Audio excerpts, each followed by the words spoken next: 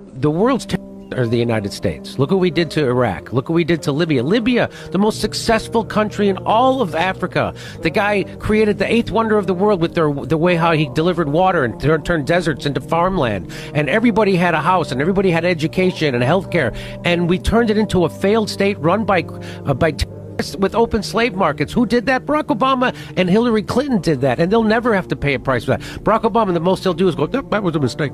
But why did they get rid of Gaddafi? Because he was going to start a currency of Africa just for that was going to compete with the U.S. dollar and the euro, and they can't have that because the way the United States controls the world is because the United States dollar is the reserve currency of the world. So that's why they can put sanctions on all these countries. And so what they're doing, which they shouldn't do, they're weaponizing the U.S. dollar. And so like when countries want to trade with each other, they have to go take their currency, change it into U.S. dollars so they can trade. And it was a lot of it was based on the petrodollar, which, by the way, Saudi Arabia just quit. They didn't renew it. I don't know if you heard about that. Yeah, I did hear about that. So, and all of a sudden, CBS News is starting to do news stories about how Saudi Arabia was involved in 9/11. All of a sudden, 24 years later, all of a sudden, oh, you know what? Turns out there was something happened with it.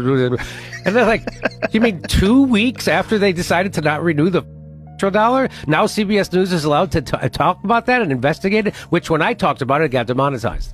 But anyway, so that's why, because Gaddafi was doing that. Mm-hmm. He was going to set up a currency for all of Africa, and it was going to be based on have a gold standard. And so they're like, no, you're not doing that. And they made up a thing like, we got to save the people. Whatever. You guys, they don't give a about the people in America.